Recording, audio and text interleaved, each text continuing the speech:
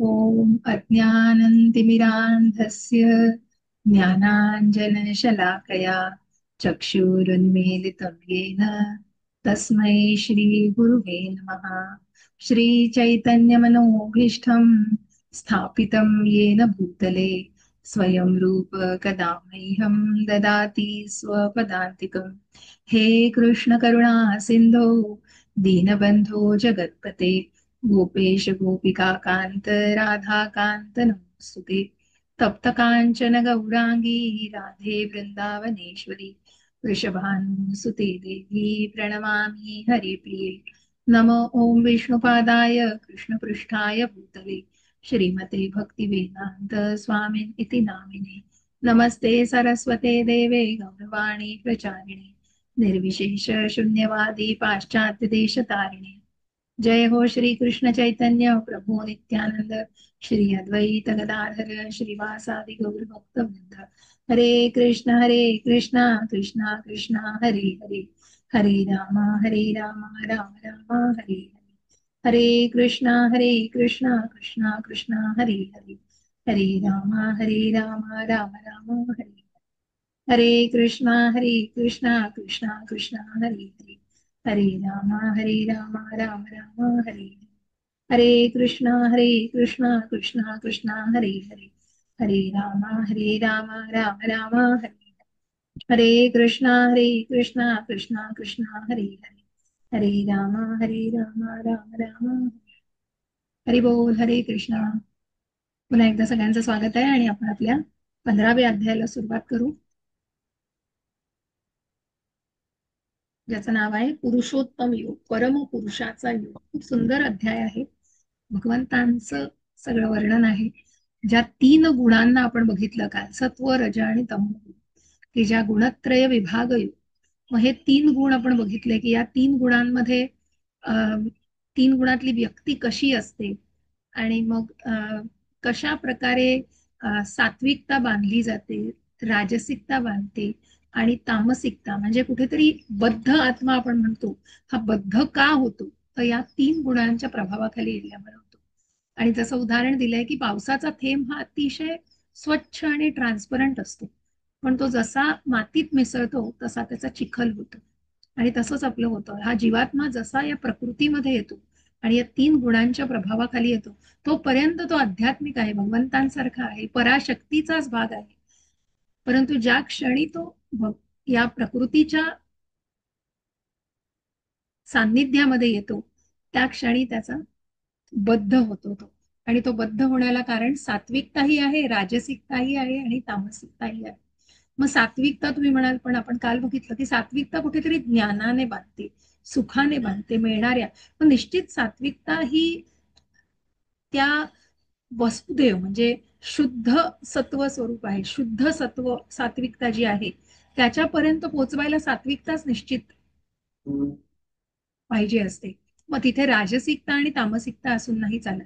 कारण राजसिक व्यक्ती आपण म्हटलं की 90% लोक हे कलियुगामधले राजसिकच आहे.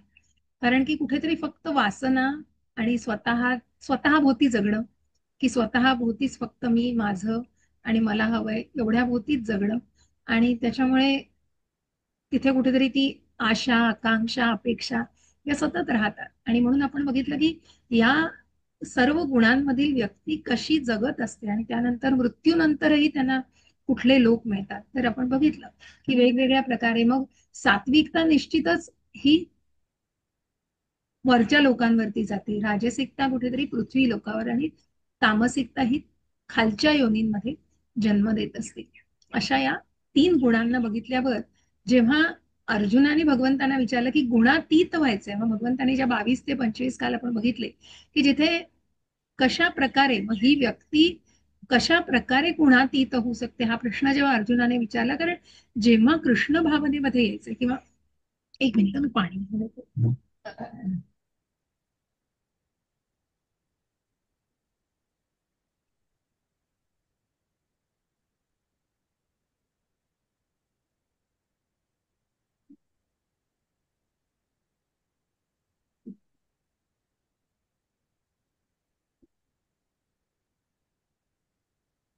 नीरजाला केली आहे का कोणी एकादशी तुमच्यापैकी? मी विमल. केली माताजी. हा, मला वाटलंच, तेच मी म्हणणार होते. 5 वर्ष झालं करते माताजी. हरी बोल, हरी बोल माताजी. खरोखर तुम्हाला इथूनच साष्टांग दंडवत आहे माताजी, खरोखर खूप छान. नाही माताजी भगवंत कृष्णच करून घेताय छान, मी का. खूप छान. नाही, मी सुद्धा म्हणजे एकादशी धरली आहे, पण निर्जला नाही करली अजून तरी, नाही केली आहे. पण ठीक आहे, खूप छान. पण आणि खूप आनंद आहे. पण माताजी कसं म्हणजे सकाळपासून मग फक्त पहाटे पाणी प्यायला? पहाटे नाही, रात्रीच काल 9 वाजता. रात्रीच 9 वाजता. हा, कारण 3:30 नंतर ब्रह्ममुहूर्त म्हणजे तेव्हा सांगितलंय, पण तरी पण बरोबर रात्रीच प्यायला. आणि हा मग एकदम उद्या प्याल थेट आता? उद्या 7:10ला. हो ना. हा. हरी बोल, हरी बोल. खूप आनंद आहे माताजी. हा माताजी. खूप छान, खूप छान. आणि कोणी केलीये? मीनल माताजी, पुष्पलता माताजी, योजना माताजी एकादशी करता का कसं? नाही, एकादशी मला नाही धरलेली एखाद्या अजून. कळतच नाही. हो. अच्छा, अजून नाही, नाही ठीक आहे. धरली एकादशी. ठीक आहे, ठीक आहे. हळूहळू जा फक्त माताजी, टप्प्याटप्प्याने. एकादशीच्या दिवशी आमचं दरवेळेला गीता पठण असतं. पण खूप ते छान. 4 वाजता सुरू होणार होतं, मग आज नाही, आपला 15वा अध्याय महत्वाचा आहे. मग आज मी बरोबर. तिकडे नाही गेले. बरं, बरोबर. माताजी आज मी एक माळ एक्स्ट्रा केली. आज सकाळी प्रभूजींनी हरी सांगितलं. बोल, हरी बोल. खूप छान, खूप छान. भागवतामध्ये प्रभूजींनी सांगितलं ना आज. येस. हा सकाळी माझ्या आज पहाटेच ब्रह्ममुहूर्तावर 4 माळा झाल्या होत्या. हा, मग प्रभूजींनी सांगितलं की एक माळ एक्स्ट्रा करा, जितक्या करत असतील तर मग आज एक नक्कीच, एक्स्ट्रा नक्कीच. झाली. खूप छान, खूप छान. असेच असेच वाढवा माताजी. लक्षात पण येणार नाही कधी तुम्ही वाढवताय. त्यामुळे अशा हळूहळू वाढवा की तुमच्या नक्कीच नामस्मरणही वाढेल. पण खूप छान मीनल माताजी. म्हणजे नामस्मरण करताय, गीता पठण करताय, हे तितकीच सगळी सेवा आहे. त्यामुळे खूप छान. आणि ही सेवा आपण म्हणतो ना की बाकी कसं आहे की आपल्या शारीरिक सगळ्या गोष्टी सांभाळून आपल्याला करायचं, आणि भगवंत म्हणतच नाही तुम्ही कुठेतरी स्वतःला जीव जाळा आणि करा, पण ज्यांना जसं शक्य आहे त्यांनी निश्चित ते करावं. तर छान विमल माताजी करतात. योजना आनंद आहे. माताजींनी वाढवली माळा आज एक. मी नाही हो. वाढवली गेली. हा, वाढवा, हळूहळू करा. नामस्मरण मात्र नक्की वाढवा हं. माताजी. नामस्मरणावर भर नामस्मरण द्या. होतं, रोजचा एक अध्याय वाचला जातो. हा, पण वाढवायचा प्रयत्न करा. चांगलं आहे, अध्याय हं. वाचताय, चांगलं आहे. पण माळा नक्की वाढवायचा प्रयत्न करा. हो जसं आणि जसं आणि आज प्रभूजींनी म्हणजे उपवास करायचे फायदे सुद्धा सांगितलेत ना, सायंटिफिक येस, रिझन सुद्धा येस, सांगितलेत. येस. बरोबर, हा बरोबर. मला एकादशी कळतच नाहीत कधी असतात त्या. पण असं आपल्याला कळतात ना, म्हणजे आपल्या जर आपण ग्रुपवर दर दिवशी टाकतो, आदल्या दिवशीच रिमाइंडर असतात. माझा ब्रेकफास्ट सकाळी होऊन झालेला असतो हा, लवकर. नाही, आदल्या दिवशी जर बघून ठेवलत ना, तर तुम्हाला कळेल हा. उद्या एकादशी, मग तुम्ही लक्षात ठेवू शकाल. कसं आहे, आणि 15 दिवसांनी एकादशीचा असते उपास माताजी, बरोबर. संध्याकाळी सोडत नाहीत. 15, हा, पूर्ण एकादशीचा असतो उपास का? दुसऱ्या दुपारीच पूर्ण दिवशी दिवस सोडावा असतो. सोडतात. लागतो. हा, पूर्ण उपास हम्म. असतो का? द्वादशीला सोडतात. हा, एकादशीचा उपास पूर्ण. द्वादशीला सकाळी पारणं असतं. त्याचे वेळा असतात 7-10, म्हणजे आता माताजी कसं म्हणाले तसे 7 ते 10:30 मध्ये बऱ्याचदा पारणं होतं, म्हणजे उपवास सोडला जातो. तेव्हा पण काय हरकत परत नाही. पूजा करायची असते का सगळी? सगळी नाही. ज्यांना कसं नैवेद्य प्रत्येकाला जसं हे म्हणजे भगवंतांना दाखवून तुम्ही जेव्हा सोडता तेव्हा. पण असं काही त्याचं हे नाहीये, शास्त्र दिलेलं नाही, म्हणजे ते बघायला लागेल. विमल माताजी कशा फॉलो करतात? तुम्ही देवाला नैवेद्य दाखवून मग सोडता का उपवास? चालेल, देवाला भोग ठेवायचा हा, पण पाणी पिणार आहे आधी. पाणी पिणारे आधी, कारण आज निर्जल आहे ना. बरोबर, बरोबर. हा पाणी त्यामुळे नक्की भगवंताला पाणी तुळशी पत्र टाकून पाणी ठेवणार आणि पाणी मग ठेवा घेणार. आणि मग प्या. अगदी बरोबर, बरोबर, बरोबर. मग आता जी आयडीसी परीक्षा दिली झाली त्यात हे हरी बोल, हरी बोल. किती छान. ऑनलाईन ऑनलाईन दिली माताजी. कुठे कुठे दिलीत तुम्ही? पंढरपूर. पंढरपूरला. अच्छा. मग हा. आता तुम्ही माळा पण 16 किती करताय? माळा तर भरपूर करता ना? रोजच्या 48, आजच्या 64 असत्या त्या आत्ताच झाल्या. पण आज 64 झाले? हा झाल्या 64. झाल्या कसली ना. हरी परीक्षा बोल, दिली हरी बोल. माताजी तुम्ही? आयडीसी. म्हणजे म्हणजे कशी मला. माताजी तो डिसायपल कोर्स असतो. तर तो जसं तुम्ही दीक्षा घेण्याच्या आधी तुम्हाला हा हं. कोर्स लागतो करायला. तर हा बर. म्हणजे याचा कोर्स आहे आपला, डिवोटी कोर्स, इस्कॉनचाच आहे डिसायपल का? म्हणतो ना, शिष्यत्व. हा, त्याचा एक कोर्स आहे. तर तो इस्कॉनचाच आहे. आपणही कंडक्ट करतो. मुग्धा माताजी घेतात, ऑनलाईन असतो तो. तर माताजींनी हं. पंढरपूरला दिलाय. दीक्षा घेण्याच्या आधी जे एलिजिबिलिटी टाकते त्याच्यात आयडीसी कोर्स पूर्ण केलेला हवा. आणि त्याच्यामध्ये मग 3-4 दिवसाचा असतो, काही ठराविक त्याचा सिलेबस आहे माताजी. त्याप्रमाणे मग त्याचा अभिनंदन अभ्यास. निर्मला माताजी. हो, हा खूप छान. धन्यवाद माताजी. माताजी आता दीक्षा घेऊन टाका माताजी ना. तुम्ही दीक्षा घेतली नाहीत ना अजून? धन्यवाद, साधा. नाही धन्यवाद. माताजी, घरची परमिशन नाही ना एवढी माताजी.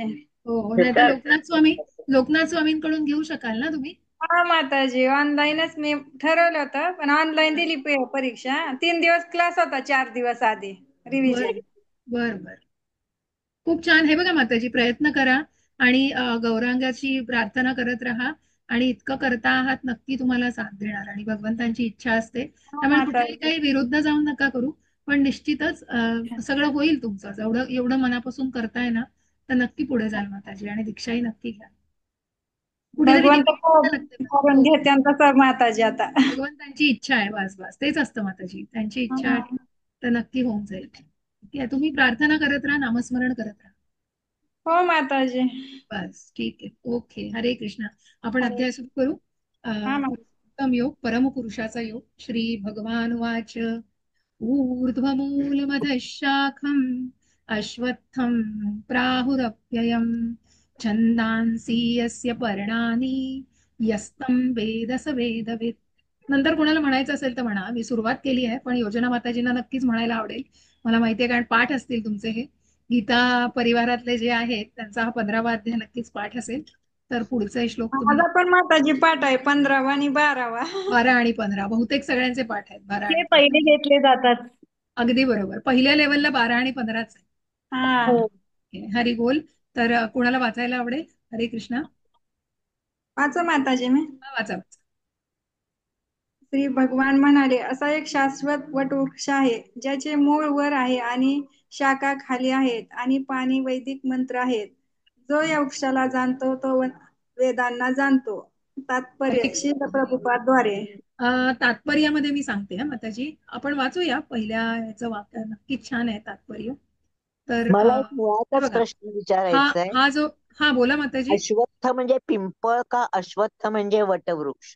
अश्वत्थ म्हणजे पिंपळ नाही, वटवृक्ष. वटवृक्ष. वटवृक्ष. ओके.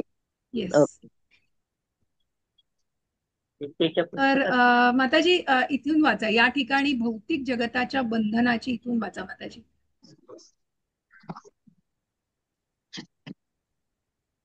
हरे कृष्णा. विमल माताजी, इथून वाचा. माझा दिसतोय स्क्रीन माताजी? या ठिकाणी इथपासून वाचा. विमल माताजी, हरे कृष्णा.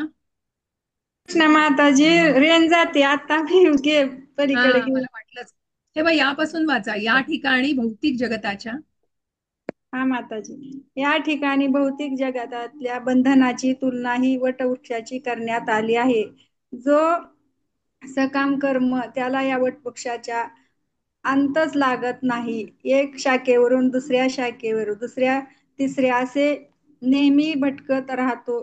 या भौतिक संसाररूपी वृक्षाला अंतच नाही आणि जो या वृक्षाला आसक्त आहे त्याला मोक्षप्राप्तीची शक्यताच नाही. वैदिक मंत्र अधोग आ- आत्म आत्म वैदिक मंत्र आत्मोन्नती. आत्मोन्नती करण्याकरता आहेत आणि हे मंत्र म्हणजे या वृक्षाची पाने आहेत.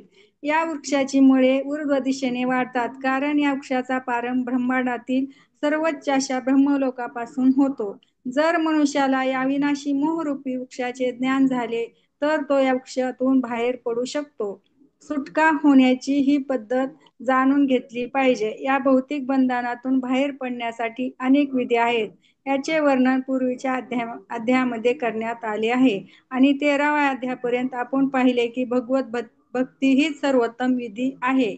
भक्तीचे मूलभूत तत्व म्हणजे भौतिक कर्मापासून अनासक्ती आणि दिव्य भगवत सेवेप्रती आसक्ती होय. या भौतिक जगताशी असणारी आसक्ती भेदण्याची विधी या अध्यायाच्या प्रारंभिक सांगण्यात आली आहे.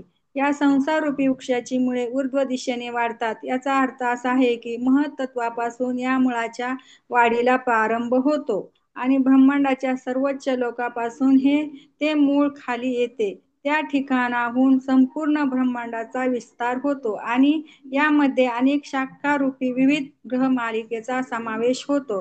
वृक्षाची फळे म्हणजे जीवाचा धर्म, अर्थ, काम आणि मोक्ष ही कर्मफले होत.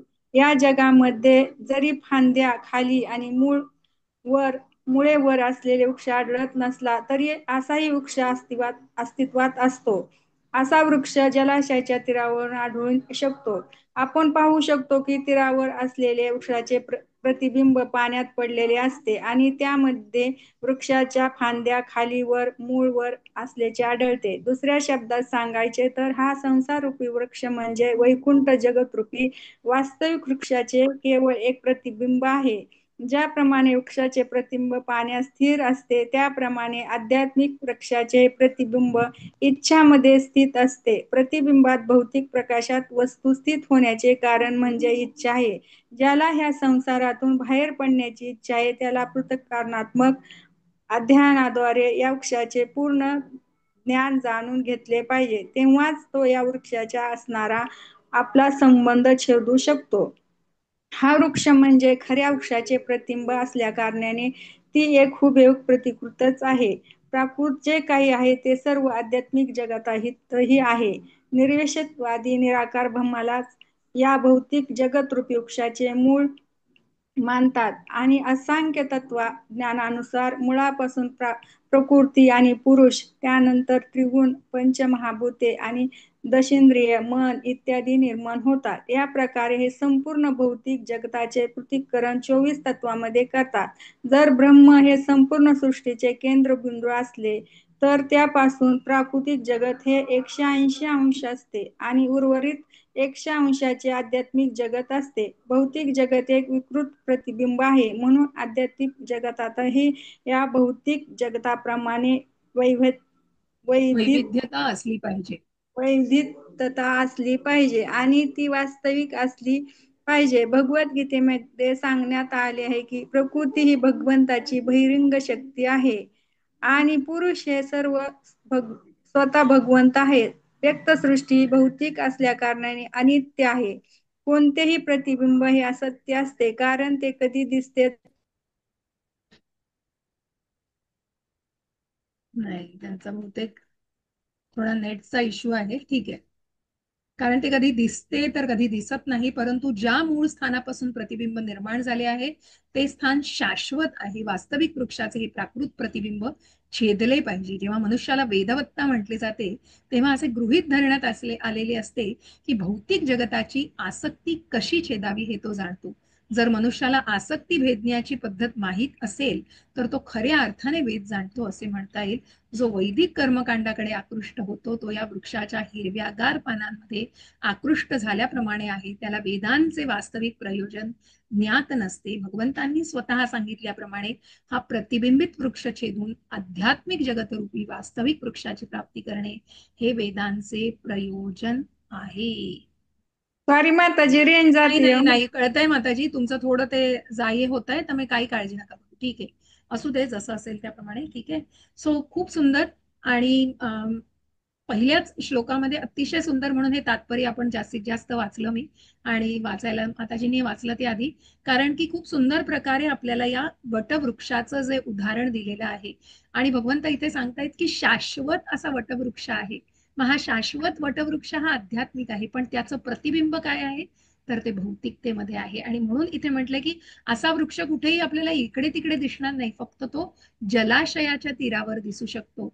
आणि हा जो वटवृक्ष आहे, मग आता हा जो आध्यात्मिक म्हणजे अश्वत्थ असा जो वटवृक्ष आहे तर त्याचं कुठेही थांग पत्ता लागत नाही, त्याचं मूळ अंत. कारण मुळं पण आपण बघतो वरपासून ज्या पारंब्या जडलेल्या असतात, पण या सगळ्याला आपण जेव्हा प्रतिबिंबित बघू तेव्हा ती मुळं कुठेतरी वर, म्हणजे जी पसरलेली मुळं असतात ती मुळं वर दिसतायत आणि त्या फांद्या सगळ्या खाली दिसतात. आणि या फांद्यांमधून मग पानं, फुलं, म्हणजे जे काही त्याचे इतर भाग आहेत झाडाचे तेही आपल्याला दिसत असतात. आणि म्हणून असं हे जे प्रतिबिंब आहे याची तुलना भौतिकतेशी केलेली आहे. म्हणजे अश्वत्थ वृक्ष हा मूळ वृक्ष हा आध्यात्मिक आहे आणि त्याचं प्रतिबिंब आहे हा भौतिक प्रकृतीशी त्याचं तुलना केलेली आहे. आणि ही भौतिक प्रकृती आहे ज्याच्यामध्ये मनुष्य या भौतिक प्रकृतीमध्ये कशा प्रकारे आपण ज्या 3 गुणांनी जो बद्ध आत्मा बघितला, आणि म्हणूनच इथे याला खत पाणी कशाने घातलं जातं तर त्रिगुणांचं खत पाणी घातलं जातं. आणि म्हणूनच या प्रकारे त्या त्रिगुणांच्या खत पाण्यामुळे ज्या इच्छा प्रदर्शित केल्या जातात त्या इच्छा सुद्धा आपल्याला याच्यामध्ये इथे सांगितलेलं आहे बघा की, एक मिनिट हा,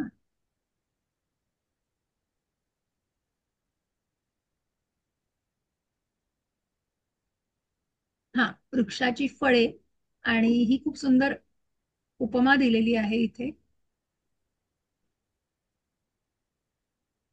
याच्याही आधी मला वाटतं, एक मिनिट, वृक्षाची मुळे ऊर्ध्व दिशेने वाढतात आणि एका शाखेवरून दुसऱ्या शाखेवर, ठीक आहे. या डाव्या पानावरती उजव्या पानावर दुसऱ्या पॅरेग्राफ मध्ये प्रतिबिंबित भौतिक प्रकाशात वस्तू स्थित होण्याचे कारण म्हणजे इच्छा आहे.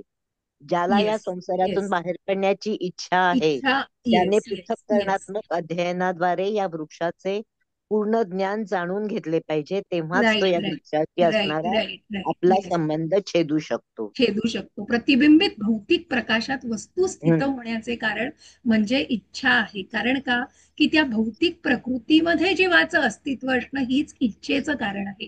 कारण या इच्छेमुळेच तो पुन्हा पुन्हा भौतिकतेमध्ये येतोय. कारण मला हे हवंय, मला ते हवंय, याच्यामुळे 84 लक्ष योनींमधून तो जन्म मिळतोय. म्हणून तो एका फांदीवरून दुसऱ्या फांदीवर, दुसऱ्या फांदीवरून तिसऱ्या, तिसऱ्यावरून चौथ्या, अशा प्रकारे तो उड्या मारत राहते. जसं माकड कसं एका फांदीवरून, तसं ते मन असं ज्या प्रकारे इच्छा व्यक्त करत असतं त्याप्रमाणे ते तो जीव असतो, तो एका जीवातून, एका शरीरातून दुसऱ्या शरीरात, आणि अशा प्रकारे त्याला त्याचं जे उड्या मारणं चाललेलं असतं. आणि म्हणूनच या वृक्षाचे प्रतिबिंब पाण्यात स्थित असते, आणि आध्यात्मिक वृक्षाचे हे प्रतिबिंब इच्छांमध्ये स्थित असते.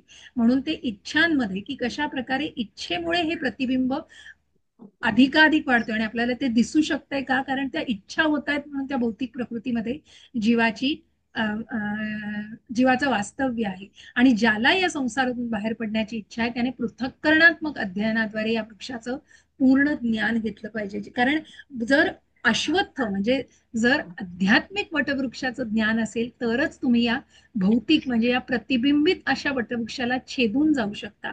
आणि म्हणून हा वृक्ष खऱ्या वृक्षाचं प्रतिबिंब असल्यामुळे ती एक हुबेहूब प्रतिकृतीच आहे. प्राकृत जे काही आहे ते सर्व आध्यात्मिक जगतातही आहे. मग तुम्ही ज्या प्रत्येक गोष्ट जी बघता आहात, जी तुम्हाला भौतिकतेमध्ये दिसते, त्या सगळ्या गोष्टी आध्यात्मिकतेत आहेत. परंतु कशा प्रकारे भौतिक जगतरूपी वृक्षाचं मूळ मानतात कोण, की निराकार ब्रह्मालाच. कारण जे आपण 14व्या अध्यायामध्ये सुद्धा बघितलं, की कशा प्रकारे निराकार लोक जे आहेत, मग ज्या शेवटच्या श्लोकांमध्ये आपण बघितलं की या सात्विकतेमधून सुद्धा जे निराकारवादी आहेत, जे साकार रूपाला, जे परमात्मा आणि भगवान रूपाला जाणू इच्छित नाहीयेत आणि जाणत नाहीयेत, ते कुठेतरी त्या ब्रह्मरूपी अशा त्या ब्रह्मज्योतीमध्ये विलीन होऊ पाहतात. परंतु जे परमात्मा आणि भगवान रूपाला जाणतात ते मात्र वैकुंठ आणि गोलोकालाच जातात, जिथून ते पुन्हा परत येत नाहीत, पुन्हा या भौतिकतेमध्ये परत येत नाहीत. तर अशा या प्रतिबिंबित अशा भौतिक वटवृक्षाचं इथे उदाहरण दिलेलं आहे. आणि त्याची ज्या शाखा आहेत, त्याच्या फांद्या आहेत, मग त्या सगळ्या प्रत्येक याचं प्रतिबिंब आणि प्रत्येक याची उपमा त्याला दिलेली आहे. आणि कशा प्रकारे मग धर्म, अर्थ, काम, मोक्ष या सगळ्या इच्छांनी कशा प्रकारे तो त्याला त्याचं ते उपमा दिलेली आहे. आणि वृक्षाची फळं म्हणजे जीवाची धर्म, अर्थ, काम, मोक्ष ही कर्मफळं आहेत. शाखारूपी कशा प्रकारे वेगवेगळ्या शाखा आहेत की ज्या इच्छांमुळे पसरलेल्या आहेत. आणि अशा प्रकारे हे प्रतिबिंबित अशा वटवृक्षाचं हे विकृत रूप आहे. आणि म्हणून भगवंतांनी स्वतः सांगितल्याप्रमाणे हा प्रतिबिंबित वृक्ष छेदून आध्यात्मिक जगतरूपी वास्तविक वृक्षाची प्राप्ती करणे हे वेदांचं प्रयोजन आहे. कारण वेद काय सांगतायत, की वेदांचा अंत भगवंत, आणि भगवंतांनी याच्यात सांगितलेले की जसं आपण याच्यात पुढेच बघणार आहोत, वेदैश्य सर्वैरहमेव वेद्यो वेदांत कृद्वेद विदेह चाह. कारण वेद काय सांगतायत, तर वेदांची माहिती आणि वेदांनी फायनली की भगवंत जे आहेत, की प्रत्यक्ष वेदांनी, प्रत्यक्ष वेद म्हणजे भगवंत आहेत आणि वेदांचा कर्ता हे भगवंत आहे.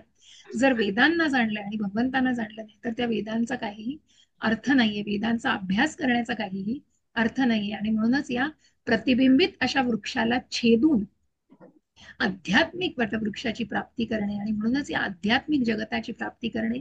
म्हणून इथे ऊर्ध्व मूल मधशाख, की ती ऊर्ध्व मूळ कुणाची आहेत, तर त्या प्रतिबिंबित अशा वृक्षाची आहेत. आणि म्हणूनच आपल्याला या अश्वत्थ म्हणजे खऱ्या वास्तविक वृक्षाकडे वृक्षाची प्राप्ती करायची असेल तर या प्रतिबिंबित वृक्षाचं मूळ छाटून टाकलं पाहिजे. कोणाला वाचायचंय? योजना माताजी. माताजी मला हे पहिलं जरा बाउन्स गेलंय. कुठलं? हेच म्हणजे वटवृक्षाचं जे उदाहरण आहे ना, हा हा. हे जरा बाउन्स गेलं म्हणजे कळतच नाहीये. कुठलं कुठलं बोला ना. कुठला पॅरेग्राफ कळला नाही? कुठला कळला नाही तुम्हाला? पूर्णच नाही कळलं म्हणजे ठीक आहे ठीक आहे. वटवृक्षाचं उदाहरण का दिलंय असं. हा, वटवृक्षाचं उदाहरण का दिलंय? येस, अगदी चांगला प्रश्न आहे. आता कसं आहे ना माताजी, आध्यात्मिकता आणि भौतिकता या दोन्हीतला हा फरक आहे माताजी. आध्यात्मिक आणि भौतिक. तर आध्यात्मिक हा शाश्वत, भौतिक हे काय आहे? अशाश्वत आहे माताजी, बरोबर? हा हे हा अशाश्वत आहे आणि हे खूप टेम्पररी आहे सगळं, आणि हम्म त्याची कुठेही शाश्वती म्हणजे त्याची खात्री नाहीये. पण वटवृक्ष हा जो आहे हा अश्वत्थ म्हणजे हा शाश्वत आहे, आणि तिथे आपल्याला त्याचं मूळ आपल्याला दिसतात. म्हणजे त्याचा पूर्ण असा वटवृक्ष पूर्ण आपण जर बघितला तर त्याच्या वटवृक्षाच्या वेगवेगळ्या म्हणजे जशा शाखा आहेत, अगदी जसा हुबेहूब म्हणजे आपल्याला वटवृक्ष दिसला पाहिजे तसा तो वृक्ष असतो. आणि त्याच्या ज्या शाखा असतात, पण कसं असतं की त्याच्या मूळ असतात ते सुद्धा आपल्याला पारंब्यांसारख्या दिसतात. म्हणजे तिथे कुठेतरी त्या वृक्षाचा आरंभ अंत लागत नाही आपल्याला, हा कुठून सुरू होतोय आणि कुठून संपतोय हेही आपल्याला कळत नाही. पण याची तुलना माताची कशाशी केली आहे माहितीये का? म्हणजे याच वृक्षाला जेव्हा तुम्ही जलाशयाच्या तीरावर बघाल, बरोबर, तेव्हा हम्म काय बघितलं जाईल?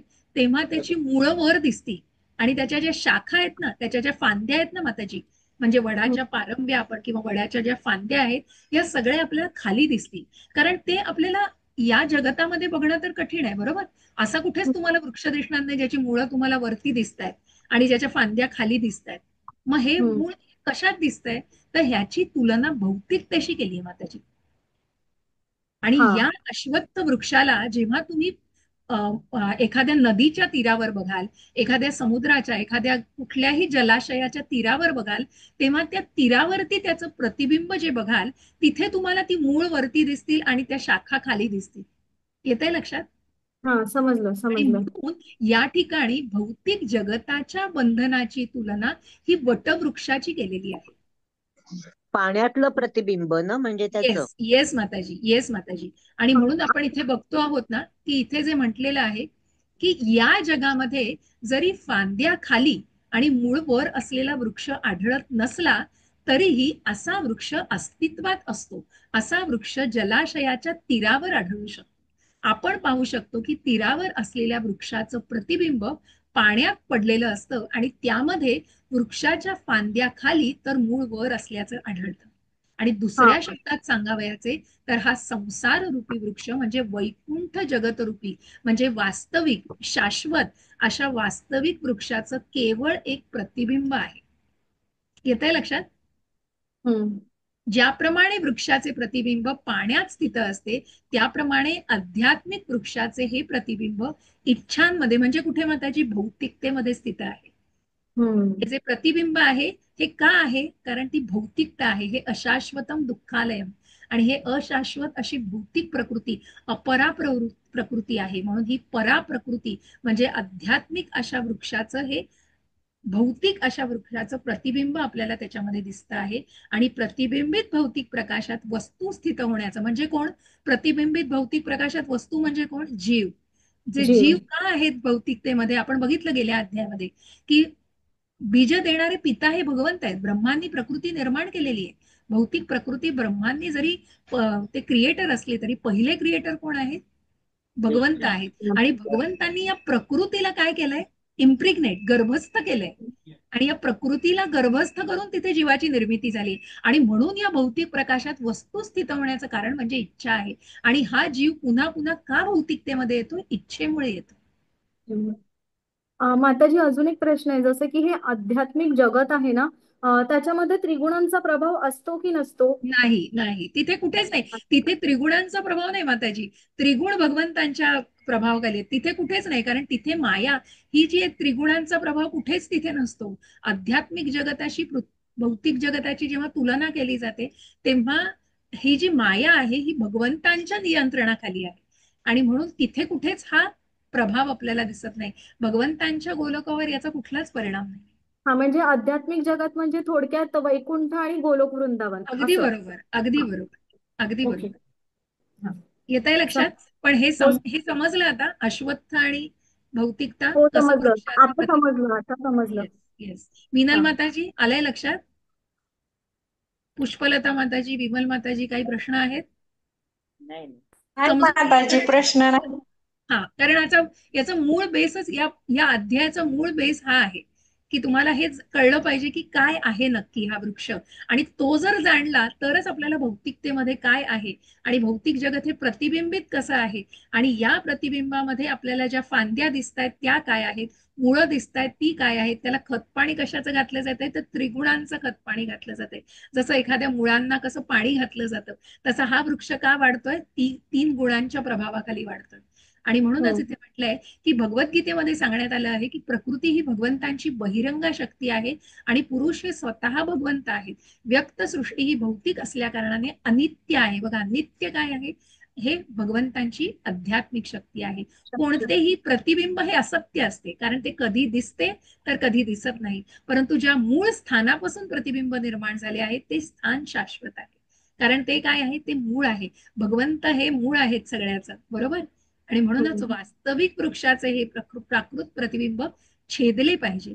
जेव्हा मनुष्याला वेदवत्ता म्हटले जाते तेव्हा असे गृहीत धरण्यात असले की भौतिक जगताची आसक्ती कशी छेदावी हे तो जाणतो, आणि जर मनुष्याला आसक्ती भेदण्याची पद्धत माहीत असेल तर तो खऱ्या अर्थाने वेद जाणतो असे म्हणता येईल. जो वैदिक कर्मकांडाकडे आकृष्ट होतो तो या वृक्षाच्या हिरव्यागार पानांमध्ये आकृष्ट झाल्याप्रमाणे आहे.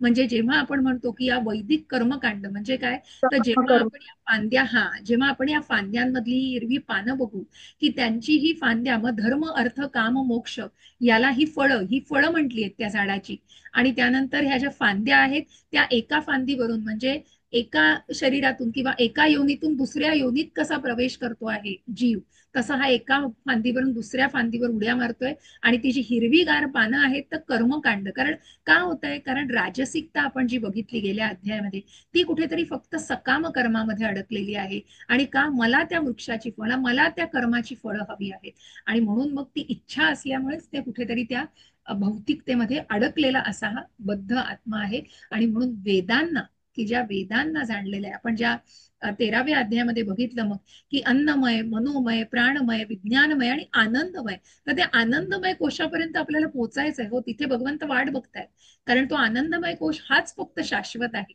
परंतु कुठेतरी अन्नमय, प्राणमय म्हणजे मनुष्य फक्त शरीराशी निगडीत आणि मग फक्त अन्नातून म्हणजे त्या अन्नरूपी स्थितीलाच फक्त आध्यात्मिक मानतोय. मग कुठेतरी मनोमय, मग तिथपर्यंत गेलंय. मग प्राणमय आणि मनोमय, सॉरी, प्राणातून कशा प्रकारे भगवंतांशी जोडलं जाते. मनोमय, मग ते मन भगवंतांवर कशा प्रकारे स्थिर केलं जात आहे.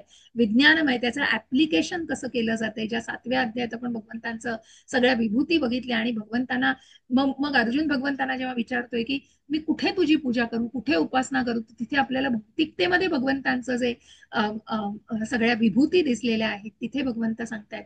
आणि अशा प्रकारे आनंदमय हा कोश जो आहे हा सच्चित आनंद म्हणजे शाश्वत असा कोश आहे.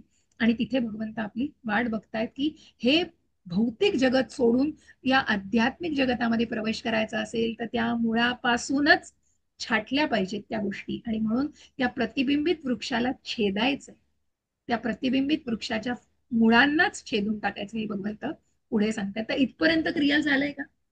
आता हो, आता आध्यात्मिक अगदी जगतात कळलं. गेलेले लोक परत येणार नाहीत म्हणजे येस माताजी. आध्यात्मिक जगतात गेले की आध्यात्मिक लोकात गेलेले लोक परत पुनर्जन्म होऊन येणार नाहीत परत. तेही कुठे माताजी? वैकुंठ आणि गोलोकधाम. हा, बाकी सगळीकडे ब्रह्मलोकापर्यंत गेलात पुनरावर्तित ब्रह्मलोक, आहे. हा म्हणजे भूवर, हो, तपलोक, महलोक, ब्रह्मलोकापर्यंतच जनलोक, पुनरावर्तित आहेत. हा जनलोक, ब्रह्मलोक, स्वर्गलोकापर्यंत माताजी नाही. स्वर्गात गेला तरी पुन्हा उठून हो, पृथ्वीवर परत यायला पुनरपी लागणार हा. आहे. पण जर वैकुंठ मिळालं, परमात्मा आणि गोलोकधाम भगवंतांचं मिळालं तर मग तर तुम्ही मात्र परतून नाही हा, येणार. येस, तर पुन्हा तुम्ही परतून नाही येणार. अगदी बरोबर, अगदी बरोबर. येत आहे लक्षात आलं माताजी आता? आलं. हो हो, मी म्हणूनच म्हणजे जर सुरुवातच नाही कळली तर मग पुढे येस, अध्याय नाही येस, करणार म्हणून मी अगदी बरोबर, विचारलं. अगदी बरोबर. त्यामुळे हा खूप छान. तर बरं वाटलं मला वाटलं आधी काही 18 दिवसांच्या आणि अभ्यासामुळे तुम्हाला कन्सेप्ट क्लिअर असेल म्हणून मी थोडंसं घेऊन मी पुढे जात होते आणि वाचून हे पुढे काल्पनिक शिकवते. आहे खरं तर हे अजूनही सगळं. तुम्हाला काही एक्सप्लेनेशन हवं असेल तर प्लीज सांगा, पण जर ही कळलं असेल व्यवस्थित तर आपण पुढे जाऊया. नाही नाही, आता आता कळलं. तुम्ही शेवटी जे सांगितलं ना, की म्हणजे ते पानं काय आहेत आणि ते सगळं काय आहे, तेव्हा येस आता व्यवस्थित येस, कळलं, की म्हणजे कळलं. आपल्याला मुळापासूनच त्या त्रिगुणांच्या ह्याला म्हणजे त्यांच्या नादाला हटलं पाहिजे. लागायचं. येस. हा. आणि अजूनही आणि पुढे पण तुम्ही मुळात ऐकाल. आता या वृक्षाचं पुढेही वर्णन दिलंय, खूप सुंदर आहे आणि ते पण. मुळात हे प्रतिबिंब म्हटलं तरी सुद्धा ते नश्वरच आहे ना. नश्वरच आहे, प्रतिबिंबच कारण आहे ते. म्हणून त्यांनी सांगितलं ना, ते प्रतिबिंब नेहमी असत्यच असतात. ते कधी दिसतं असत्यच आहे. कधी नाही, आणि म्हणून तिथे ती अशाश्वतता आहे. ठीक आहे. ती सगळी हम्म. भौतिकताच आहे. येस. ओके, पुढे हो जाऊया आपण. कुणाला हो. श्लोक वाचायचा आहे? वाचू. हा, वाचा राजे वाचा. हा. वाचा माताजी. अधश्चोर्ध्वं प्रसृतास्तस्य शाखा गुणप्रवृद्धा विषयप्रवालाः अधश्च मूलान्यनुसन्ततानि कर्मानुबन्धीनि मनुष्यलोके. छान, हरी बोल. या वृक्षाच्या त्रिगुणांनी पोषण केलेल्या शाखा खाली आणि वर पसरलेल्या आहेत. याच्या डहाळ्या म्हणजे इंद्रिय विषय आहेत. या वृक्षाची मुळे खालीही पसरलेली आहेत आणि ती मानव समाजाच्या सकाम कर्मांशी बांधली गेली आहेत. हरे कृष्णा. हरे कृष्ण हरे कृष्ण. खूप छान दिलंय. आपण हेही तात्पर्य थोडं वाचूया. झाडाच्या डहाळ्यांना इंद्रिय विषय मानण्यात आला आहे. प्राकृतिक गुणांच्या विकासाद्वारे आपण विविध इंद्रिय विकसित करत असतो आणि इंद्रियांद्वारे विविध प्रकारच्या इंद्रिय विषयांचा उपभोग घेतो. म्हणजे कोण? ज्ञानेंद्रिय आपली, की काय बघायचंय, काय ऐकायचंय, कशाचा स्पर्श हवाय, काय खायचंय, कशाचा वास घ्यायचाय. ह्या सगळ्या गोष्टी आपण का ठरवतो? कारण त्या आपल्याला भोगायच्या असतात, उपभोगायच्या असतात. आपल्याला ते बघा, म्हणून म्हटलंय शाखांच्या अग्रभागी कान, नाक, डोळे इत्यादी इंद्रियही आहेत आणि ही इंद्रिये विविध इंद्रिय विषयांच्या उपभोगाशी संबंधित आहेत. डहाळ्या म्हणजे शब्द, रूप, स्पर्श, म्हणजे ज्या 24 तत्वांमध्ये आपण बघितलं की इंद्रियांच्या निगडीत जे विषय आहेत ते या डहाळ्या म्हणजे त्याच्या ज्या फांद्या आहेत त्यांच्याशी संबंधित आहेत. आणि अंगभूत मुळे म्हणजे राग आणि द्वेष आहेत, जी विविध प्रकारच्या दुःखांची आणि इंद्रिय भोगाची उपफळं आहेत. म्हणजे जे भोग भोगल्यानंतर जी फळं भोगायला लागतात ती फळं, त्याचे परिणाम भोगणं म्हणजे उपफले आहेत. पुण्य आणि पापवृत्तीचा हा दुय्यम मुळांपासून विकास झाल्याचे मानले जाते आणि ही मुळे सर्व दिशेने पसरलेली असतात. प्रमुख मूळ ब्रह्मलोकापासून तर मानवीय ग्रहमालिकांपासून इतर मुळे विस्तारित होतात. उच्चतर लोकांमध्ये आपल्या विविध पुण्य कर्मफलांचा भोग घेतल्यानंतर मनुष्य पुन्हा खाली या पृथ्वीवर येतो आणि उच्च लोकांच्या पुनःप्राप्तीकरता पूजा, सकाम कर्म इत्यादी करतो. या मनुष्य लोकांना कार्यक्षेत्र मानले जाते. कसं आहे हम्म. माताजी, की हे जेव्हा आपण चित्र, मी एक काम करते ऍक्च्युली, आय डोंट नो की मला आता, ठीक आहे मी तुम्हाला पुढच्या वेळी ते दाखवीन, पण जेव्हा तो वृक्ष जर तुम्ही आणलात डोळ्यासमोर, तर हा जो वटवृक्षाची मुळं, फांद्या आणि हे जे आपण बघतो आहोत, तर ती पसरलेल्या आहेत, या फांद्या पसरलेल्या आहेत आणि त्याची अंगभूत मुळं ही राग द्वेषाशी निगडीत आहेत. म्हणजे आपण जेव्हा म्हणतो की ज्याप्रमाणे आपण हे म्हटलं ना, सॉरी, राग, लोभ, मद, मोह, मद, मत्सर, ही जी सगळी ज्याच्यापासून आपण दूर व्हायला बघतो, की अशा प्रकारे ज्याच्यापासून अनर्थ निवृत्ती म्हणतो, या सगळ्यापासून आपल्याला जेव्हा बाहेर पडायचं आहे, पण या सगळ्याशी निगडीत कोण आहे, तर त्याची मुळं म्हणजे जी 3 गुणांच्या प्रभावाखाली आहेत आणि त्याच्यामुळे हे जे आपल्याला षड्रिपू, येस, हा शब्द मला एकदम षड्रिपू जे आहेत त्याच्यामधला राग आणि द्वेष, जी विविध प्रकारच्या दुःखांची, कारण कसं आहे की आपल्याला जी षड्रिपू म्हणजे काम, क्रोध, मद, मोह, मत्सर आणि ह्या सगळ्यापासून, कारण हे सगळे का होत आहेत निर्माण, कारण या 3 गुणांच्या प्रभावाखाली आत्मबद्ध झाल्यानंतर तो त्याच्यामध्ये अडकून पडतो आहे आणि त्याच्यामुळे हे सगळे त्याच्याशी निगडीत अशा या गोष्टी आहेत आणि म्हणूनच या इंद्रिय भोगाची ही उपफळं आहेत. कारण कसं होतं की त्याचे परिणाम भोगायला लागतात. मनुष्य, भगवंत काय म्हणतायत की कर्माची फळच तुम्ही मला अर्पण केल्यानंतर मग त्या कर्माच्या बंधनातच तुम्ही अडकणार नाही, कारण ते कर्मच तुम्ही करत नाही आहात, मग त्याच्या बंधनात अडकण्याचा प्रश्नच येत नाही. पण इथे तुम्हाला ते कर्माची फळं उपभोगायची, मग त्या कर्माची फळं उपभोगायची, त्या कर्माच्या बंधनातही तुम्ही अडकता. आणि म्हणून मग अशा प्रकारे ही सगळ्या बाजूनी पसरलेली आहेत. मूळ हे ब्रह्मलोकापासून तर मानवीय ग्रहमालिकांपासून इतर मुळं विस्तारित होतात. आता कसं आहे की पहिलं जे आहे, म्हणजे पहिला जो स्तर आहे, हा पृथ्वी लोकाच्या वरती, आपण जेव्हा भागवतामध्ये आपल्याला दाखवलेलं, मी ट्राय करते, आय डोंट नो, मी गुगलमध्ये जाऊन ट्राय करते, एक सेकंड, क्रोम मध्ये जाऊन तुम्हाला दाखवायचा प्रयत्न करते. आहे माताजी तिथे इस्कॉन टाकलं तर येतं. येस येस, म्हणूनच काय टाकावे लागतं? नाही, इस्कॉन इस्कॉन टाकलं ट्री. ना, ते इस्कॉनने बनवलेला आहे तो चार्ट. डिझायर ट्री म्हटलं तरी आपल्याला येतं. आणि हम्म. येस, एक सेकंद द्या मला. म्हणजे तुम्हाला जर समोर दाखवलं ना, जे इस्कॉन डिझायर टी असं टाकायचं का आपल्या ह्याच्यावरती सर्च मध्ये? हा, तुम्ही इस्कॉनचं टाका, नाहीतर भगवद्गीता चॅप्टर 15 जरी घातलं ना, तरी तुम्हाला मुख्य म्हणजे मला त्याची इमेज हवी आहे ना, त्याच्यासाठी मी घालतीये. एक सेकंड. माझ्याकडे एक आहे पिक्चर, ते पण इथे मला आता माझ्याकडे सुरू बरीच आहेत, असताना नाही टाकता पण येणार आता आहे. मला शेअर करताना ती. मला ते शोधून टाकायला लागेल, जरा मी आपला क्लास संपल्यानंतर टाकेन. नाही नाही नाही, ठीक आहे माताजी, इमेजेस माझ्याकडे भरपूर आहेत. पण आता इमिजिएट तुम्हाला रेफरन्स म्हणजे आता योजना माताजींना ते समजावं पूर्ण व्यवस्थित, म्हणून मी साधारण इमेजेस बघतीये की जो तुम्हाला दाखवू शकेल. येस, मिळाला मला. तर मी तो सेव्ह करून तुम्हाला दाखवते. एक सेकंड ना. आता हे एक मिनिट द्या हा मला.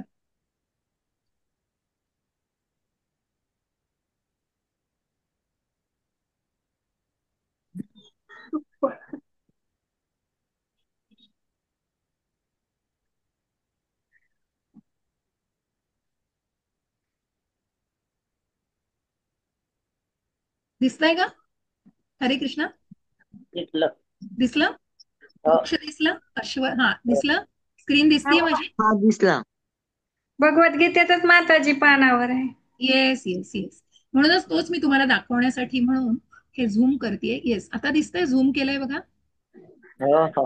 येस. हा. हा दिसतो माताजी. येस. आणि त्यासाठीच मी म्हटलं, तर बघा इथे किती सुंदर हे दिसलंय बघा. म्हणजे हा अश्वत्थ वटवृक्ष आणि त्याचं प्रतिबिंब पडलेलं आहे. आणि इथे जे आपण बघतो आहोत हे मूळ ब्रह्मापासून आहे. तर कारण आपण जो म्हणतो की सर्वात उच्च लोक जो आहे तो ब्रह्मलोक आहे. आणि मग त्याच्या खाली तो जनलोक, तपलोक, महरलोक, ही जी पृथ्वीच्या वरचे 6 लोक आहेत. आणि त्याच्या खाली मग भूभुवर, आणि त्याच्या खाली मग पृथ्वीच्या खालचे. मग हे जे तुम्हाला दिसत आहेत या सगळ्या नरक योनी आहेत. आणि या सगळ्या इम्पायस ऍक्टिव्हिटीज बघा म्हटलंय की अपवित्र. आणि मग हे सगळे कसे, तर या फांद्या या कुठेतरी सकाम म्हणजेच काय, सेन्स ग्रॅटिफिकेशन, सकाम कर्माशी निगडीत आहेत. आणि अशा प्रकारे या एका फांदीवरून दुसऱ्या फांदीवरून, म्हणजे मनुष्य जसा जसा कर्म करतो आहे तसं बघा तुम्ही, आधीवरती जीवाचं म्हणजे मनुष्य रूपी आहे, पण त्याच्या खाली बघा तुम्ही पशुरूपी. मग इथे वाघ दिसतोय, इथे तुम्हाला काही इतर प्राणी दिसत आहेत. म्हणजे तुम्ही त्या खालच्या योनीमध्ये जन्म घेत जाता. जसं जसं तुम्ही सकाम कर्मामध्ये किंवा तुम्ही त्या सत्व, रज आणि तमोगुणाच्या प्रभावाखाली येता, तसे तुम्ही अजून खालच्या खालच्या योनींमध्ये तुम्हाला जन्म मिळतो. पण त्याचं मूळ, आणि म्हणूनच इथे बघा प्रतिबिंब इच्छेचं प्रतिबिंब आहे. हे तुम्हाला दिसतंय, ही इच्छा हा, डिझायर. प्रतिबिंब आहे. आणि त्या इच्छांमुळे हे जे प्रतिबिंब, ही जी मुळं आहेत, हे मूळ निश्चितच शाश्वत आहे, कारण हे ब्रह्मांपासून, आणि म्हणूनच हे ब्रह्ममूळ आहे. परंतु याच्या पासून जे खाली पसरलेल्या आहेत या सगळ्या ज्या शाखा आहेत या अशाश्वत आहेत. आणि म्हणून त्या कुठेतरी त्या त्रिगुणांच्या खतपाण्याने पुढे पुढे पसरल्या जात आहेत. आणि त्याच्यामुळे मग हा वटवृक्ष तुम्हाला खाली खाली, आणि म्हणून मग जे पतन होतं रज आणि तमो गुणांमध्ये, की त्याप्रमाणे तुम्हाला या खालच्या योनींमध्ये तो जन्म अगदी मिळतो. खालच्या आणि मग तळावरती सरपटणारे प्राणी, कीटक वगैरे अगदी दिसतात. बरोबर, येस येस, हे कीटक, मुंग्या आणि हे सगळे सरपटणारे प्राणी, हे तुम्हाला खालच्या खालच्या पशु योनीमध्ये जन्म मिळतो. तर क्लिअर झालंय का या चित्रावरून काही? त्याच्यावरती यज्ञ करताना पण दिसतायत. येस, कारण हे तुम्हाला स्वर्गलोक म्हणजे तुम्ही पुण्यकर्म करता आहात. आणि म्हणून बघा इथे, इथे आता तुम्हाला इथे तामस गुणातली, म्हणजे इथे जर तो वृत्तासुराची तुम्हाला कथा आठवत असेल, तर तो शिवाकडून तो वर घेतात आणि मग त्या शिवांवरच ते हात ठेवायला जातात. म्हणजे शिवांकडनं वर घेऊन, कारण म्हणजे तो यज्ञ अशा प्रकारे केला जातो की तो तामसी वृत्तीने केला जातो. तामस यज्ञ. येस, तामस यज्ञ म्हटलं. तर असे प्रकारे हे बघा इथे आता कोणी कोणाला मारताय, आणि मग हे खालच्या खालच्या योनीतले जन्म मिळत जातात. आणि त्या प्रकारे तुम्ही जसा त्या इम्पायस म्हणजे पवित्र अशा या ऍक्टिव्हिटीज करता आहात, त्याप्रमाणे तुम्हाला त्या पशु योनीमध्ये जन्म मिळत जातो. हे सगळं कर्माशी निगडित आहे. जसं कर्म करता आहात तसं तुम्हाला तशा तुमच्या योनींमधून जन्म मिळतो. तर या चित्रावरून क्लिअर झालं का बरंचसं? हो, म्हणजे जीवाची जीवाच्या जे त्रिगुणाच्या प्रभावाखाली आला तर त्याचं अधःपतन होत जातं थोडक्यात. अगदी बरोबर. म्हणजे जो म्हणून कालच्या अध्यायामध्ये आपण म्हणतो कालचा अध्याय अधिका कसं जोडलेलं आहे बघा मला. माताजी असं रस्सी खेच आपण जी बघितली की सात्विकता कधी मोठी आहे, कधी राजसिकता, कधी तामसिकता, आणि मग त्या म्हणूनच आपण त्या जेव्हा वसुदेव म्हणजे त्या शुद्ध सात्विकतेकडे जायचंय म्हणून तर अर्जुन तो प्रश्न विचारतो की काय करायचंय. म्हणून 22 ते 25 अध्यायामध्ये भगवंतांनी जे वर्णन केलेलं आहे की कशा प्रकारे मग तो जो समतोल राखायचा आहे, जसं आपण 13व्या अध्यायात बघितलं की ज्ञान काय आहे आणि अज्ञान काय आहे, तसंच इथे भगवंतांनी सांगितलेलं की असा मनुष्य गुणातीत कसा होणार आहे की त्यांनी जेव्हा या गोष्टींना अवलंबलेलं आहे. आणि म्हणून इथेही आपल्याला ते जाणायचं आहे की या शाश्वत वृक्षाला जर जाणलं, आध्यात्मिकतेला जर जाणलं, तर या अशाश्वत वृक्षाच्या फांद्या आपण या मुळांनाच छाटून टाकू शकतो. आणि म्हणून त्याच्यापासून जर पूर्णपणे त्या सकाम कर्मापासून दूर जायचं असेल तर त्या मुळापासूनच छाटल्या पाहिजेत. हे पुढच्या आपल्याला श्लोकामध्ये दिसणार आहे. तर हे क्लिअर झालं का ह्याच्यावर? हो हो हो माताजी, एकदम. तेच मुख्य तेच तुम्हाला आणि कळणं हे क्लिअर अतिशय सुद्धा आवश्यक. दिसलं ते फार हा, स्क्रीनवर. स्क्रीनवर क्लिअर सुद्धा दिसलं. असं क्लिअर युट्यूबला बघायला गेलं तर ते इतकं क्लिअर नाही येस दिसत आहे. Yes yes. म्हणूनच मी हेच शोधत होते की मी आधीच करून ठेवणार होते, पण आता तुम्ही म्हणालात की जेव्हा डोक्यात काही अजून क्लॅरिटी नाही तर मग ते त्या आकृतीमुळे अजून क्लिअर होऊन जातं. तसंच माझ्याकडे ते मी म्हंटल ना पिक्चर एक आहे माझ्या म्हणजे मोबाईल मध्ये सेव्ह हो केलेला हो, आहे. मी तुम्हाला ते मी मी तुम्हाला पाठवते नंतर. ग्रुपवर पण शेअर आहेत माझ्याकडे 3-4 आहेत ही आणि की ते जे मी माताजी, आपल्या आपल्या विमल माताजी म्हणाल्या तसं आपल्या भगवद्गीतेच्या पुस्तकावर आहे हे. अगदी अगदी बरोबर त्याच्यावर पण आहे. बरोबर बरोबर. येस. मी तुम्हाला स्लाइड्स पण पाठवीन काही 2-3, त्याच्याने पण तुम्हाला नक्कीच आपण काही आता बघतोय ह्या पुस्तकात आहे हे चित्र. हो हो, नाही आहे आहे माताजी, आहे ना. आहे. आहे ना. नाही पुस्तकात काही नाही. हो, कुठे आहे माहिती का माताजी, सांगते मी तुम्हाला. हा सुरुवातीला आहे. हा, हो सुरुवातीला आहे आहे. आहे आहे येस, सापडलं. मिळालं ना. सेम अगदी सेम चित्र सुरुवातीला आहे. जे आहेत ना चित्र माताजी सेम सेम त्याच्यामध्ये आहे. आहे. सेम चित्र आहे. हा, हे बघा सेम इथे आहे. आहे.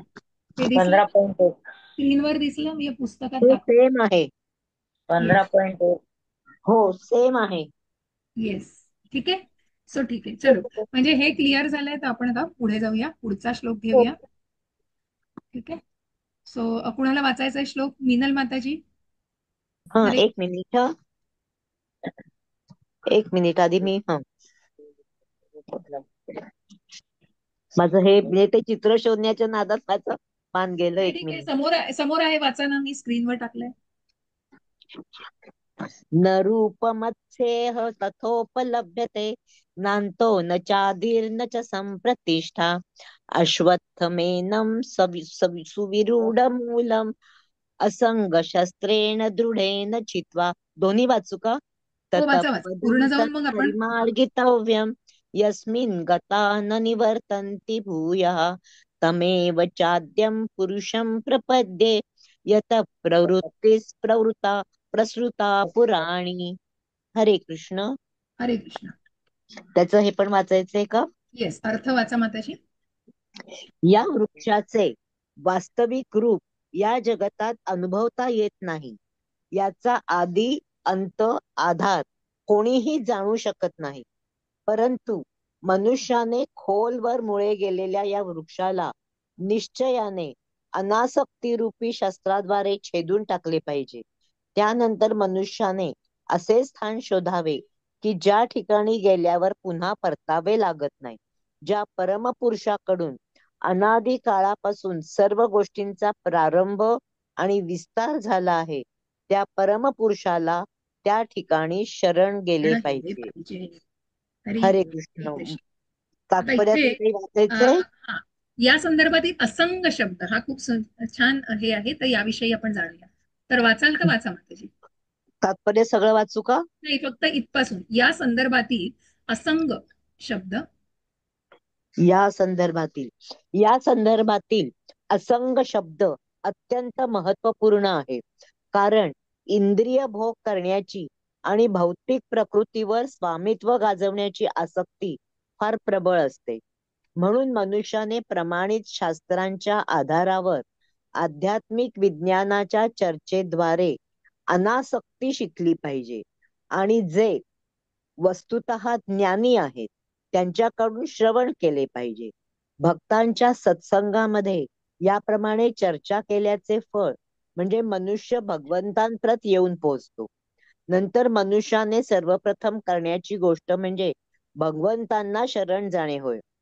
या ज्या स्थानाची प्राप्ती केली असता या मिथ्या प्रतिबिंबित वृक्षावर पुन्हा कधीही परतावे लागत नाही. त्या स्थानाचे भगवान श्रीकृष्ण हे आदिमूळ आहेत आणि त्यांच्यापासूनच सर्व गोष्टींचा उद्गम झाला आहे. त्यांची कृपा प्राप्त करण्यासाठी मनुष्याने त्यांना केवळ शरण गेले पाहिजे. हेच श्रवण कीर्तनादी नवविधा भक्तीचे फळ आहे. या भौतिक जगताच्या विस्ताराचे श्रीकृष्ण हे मूळ कारण आहेत. याबद्दल स्वतः भगवंतांनी सांगितले आहे की अहम सर्वस्य प्रभवः, मी सर्व गोष्टींचे उगमस्थान आहे. म्हणून या भौतिक जीवनरूपी दृढ वटवृक्षाच्या बंधनातून बाहेर पडण्यासाठी मनुष्याने श्रीकृष्णांना शरण गेले पाहिजे. त्यांना शरण गेल्यावर आपोआपच तो सांसारिक विस्तारापासून विरक्त होतो. हरे कृष्ण. हरी बोल. हरे कृष्ण. हरे कृष्ण. खूप छान. अहम सर्वस्य प्रभो मत्तः सर्वं प्रवर्तते इति मत्वा भजन्ते मां बुधा भाव समन्वितः. मीच सर्व प्राकृत आणि आध्यात्मिक जगतांचा उत्पत्ती करता आहे. सर्व काही माझ्यापासूनच उद्भवते. जे बुद्धिमान मनुष्य हे पूर्णपणे जाणतात ते माझ्या भक्तीमध्ये संलग्न होतात आणि अंतःकरणपूर्वक मला भजतात. आपण जे 10व्या अध्यायातली चतुश्लोकी गीता आठवत असेल तर 10.8 हा श्लोक आहे आणि तिथे भगवंतांनी स्वतः हे सांगितलेलं आहे. आणि म्हणून इथे आपल्याला असंग शब्द हा महत्वाचा आहे, कारण इथे कुठेतरी ती आसक्ती, इंद्रिय भोग करण्याची जी प्रवृत्ती आहे त्या प्रवृत्तीला जर आपल्याला टाळायचं असेल, त्या प्रवृत्तीमधून बाहेर पडायचं असेल तर आपल्याला या मुळांना छेदून टाकलं पाहिजे. आणि म्हणूनच ज्या स्थानाची प्राप्ती केली असता या मिथ्या प्रतिबिंबित वृक्षावर परत कधी परतून यावं लागणार नाही. आणि म्हणूनच मनुष्याने सर्वप्रथम करण्याची गोष्ट म्हणजे भगवंतांना शरण जाणे होय. मन्मना भव मद्भक्तो मद्याजिम्मा नमस्कुरु मामे वैश्यसी कौंतेय महात्मा रामत परायण. आणि म्हणूनच भगवंत म्हणतायत की मनमना भव मद्भक्तो, की तुझं मन, की ज्या 9व्या अध्यायात आपण बघितलं भगवंतांना दुसरं काही नकोय हो. पत्रम पुष्पम फलम तोयम योमे भक्त्या प्रयच्छती, की भगवंतांना तेवढं करून भगवंत भावाचे भुकेले आहेत. आणि म्हणून भगवंत म्हणतायत की तुझं मन आणि तुझी बुद्धी ही माझ्यावर एकाग्र कर. म्हणून भगवंतांना शरण जाणं आणि ज्या स्थानाची प्राप्ती, मग ज्या भगवंतांच्या स्थानाची म्हणजे गोलोकधामाची प्राप्ती केली असता पुन्हा या भौतिक जगतामध्ये परतून यावं लागणार नाही. त्यांची कृपा प्राप्त करण्यासाठी मनुष्याने त्यांना केवळ शरण गेलं पाहिजे.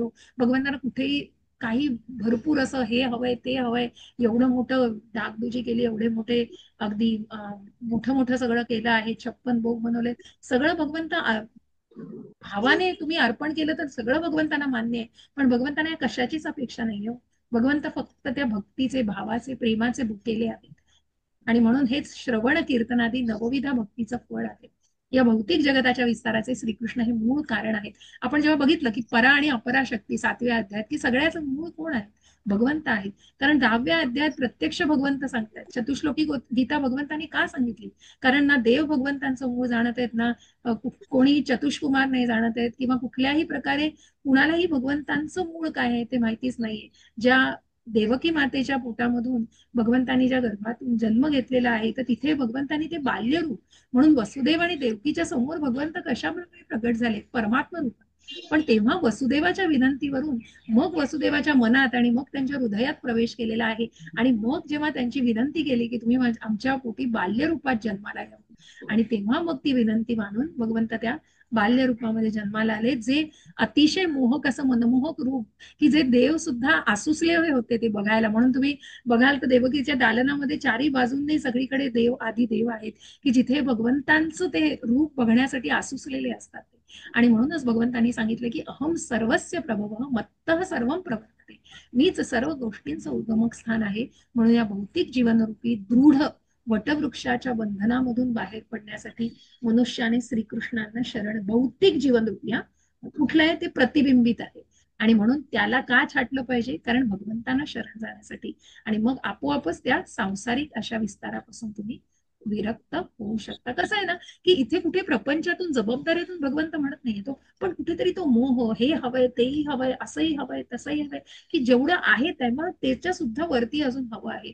मग हा मोह आपण जेव्हा प्रत्याहार ध्यान, मग आपण जेव्हा त्या नेक्टर ऑफ डिवोशन तुम्ही जेव्हा पुढच्या लेवलवर शिकाल ना, खूप छान आहे उपदेशामृतामध्ये, की किती आवश्यक आहे तुम्हाला, म्हणजे कुठल्याही गोष्टीचं प्रजल्प, म्हणजे आपण बोलतोय बोलतोय अहो, पण वायफळ बडबड कशाला, जेवढं आवश्यक आहे तसं खाणं सुद्धा. आता पक्षी काही खाणं खूप साठवून ठेवतात का? हो, जेवढं त्यांना हवंय तेवढ्या पुरतं साठवतात. मनुष्य कसं आहे, हे पोतीच्या पोती आणि हवंय त्याच्या व्यतिरिक्त सुद्धा, अहो इतरांना मिळेल त्याची पण, जसं कोविडमध्ये इतरांना मिळेल त्याचं काही पडलेली नाहीये, पण आपली घरं भरून घ्या आधी.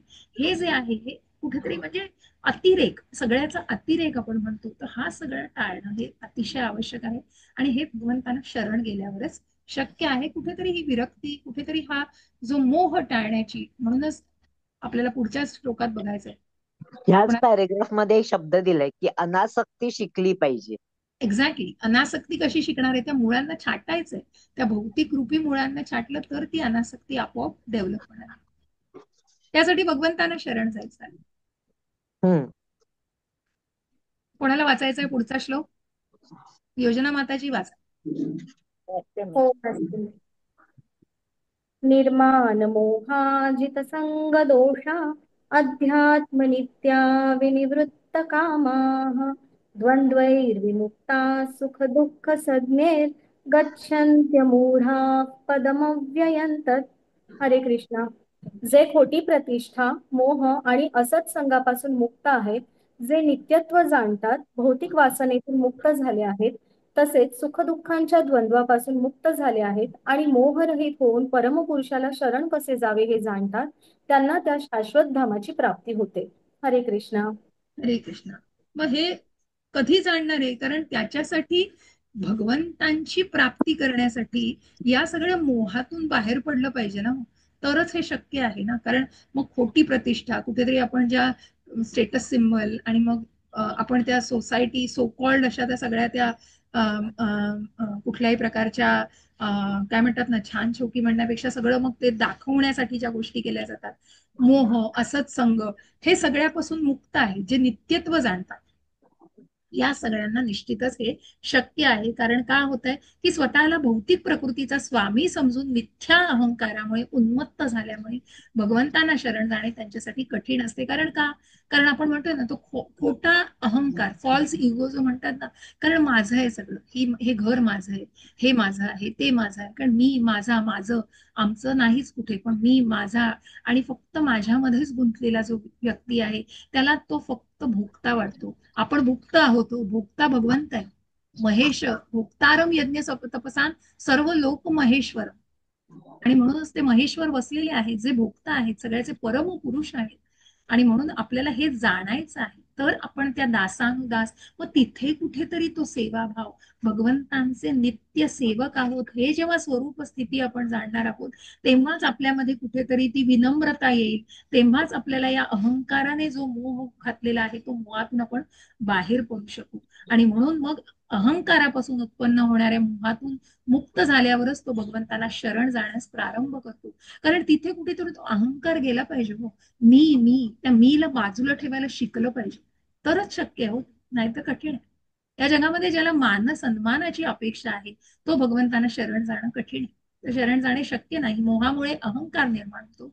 आणि म्हणून निर्माण मोहा जित संग दोषा, कारण तो दोष म्हणून मोहामुळे अहंकार निर्माण होतो. कारण मनुष्य येथे जरी येतो, काही काळासाठी राहतो, नंतर निघून जातो, तरी मूर्खपणामुळे त्याला वाटते की आपणच या जगताचे प्रभू आहोत. अशा रीतीने जो परिस्थिती अधिकच जटिल बनवतो आणि सदैव कष्टीच राहतो. संपूर्ण जग या समजुतीने चालले आहे. भूमी ही मानव समाजाचीच असल्याचे लोक मानतात आणि स्वतःच मालक असल्याचा भ्रामक कल्पनेमुळे त्यांनी भूमीचं विभाजन केलं आहे. कारण मीच जन्म, म्हणजे हे सगळं मैथुनातून निर्माण झालेलं आहे. 16व्या अध्यायात आपण बघू की जेव्हा तो दैव आसुरी जी प्रवृत्ती आहे ती, हे सगळं मैथुनातून झालं आहे, हे सगळं मनुष्यानेच सगळं निर्माण केलेलं आहे.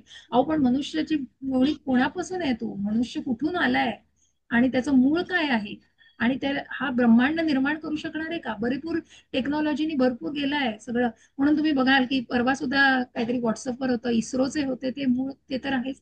आणि बाकीही आपण बघतो की जे म्हणजे शेवटी तुम्ही तुमच्या अध्यात्माला, तुमच्या सनातन गोष्टींना आणि तुमच्या मूळ म्हणजे भगवंतांना शरण जाणं हे निश्चितच आवश्यक आहे. तिथे कुठेतरी फक्त त्या अहंकाराने ग्रासून स्वतःलाच सगळं समजणं, मनुष्याने मानव समाजच या जगताचा प्रभू आहे या भ्रामक कल्पनेच्या अतीत गेले पाहिजे. जेव्हा मनुष्य अशा भ्रामक कल्पनेतून मुक्त होतो तेव्हा तो समाज आणि राष्ट्र इत्यादींवरील आसक्तीमुळे उत्पन्न होणाऱ्या कुसंगांपासून मुक्त होतो. या कुसंगामुळेच तो या भौतिक जगतात बद्ध होतो. या संगदोषाचा त्याग केल्यावर त्याने आध्यात्मिक ज्ञानाचा विकास केला पाहिजे.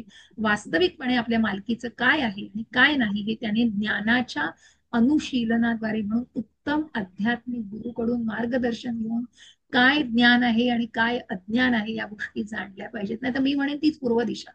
मला हे माहिती आहे, मला ठाम आहे मी याच्यावर, तिथे कुठेच वादच नाही. हो, पण ते खरं आहे का पडताळून बघून त्याचं निश्चितीता जाणली पाहिजे. आणि त्यासाठी उत्तम आध्यात्मिक गुरुकडून ते ज्ञान देणं, की ज्या शिष्य परंपरेतून जे ज्ञान घेतोय त्याला निश्चित की कुठेतरी तो वेटेज आहे, तिथे तरी वेट आहे त्याला ते.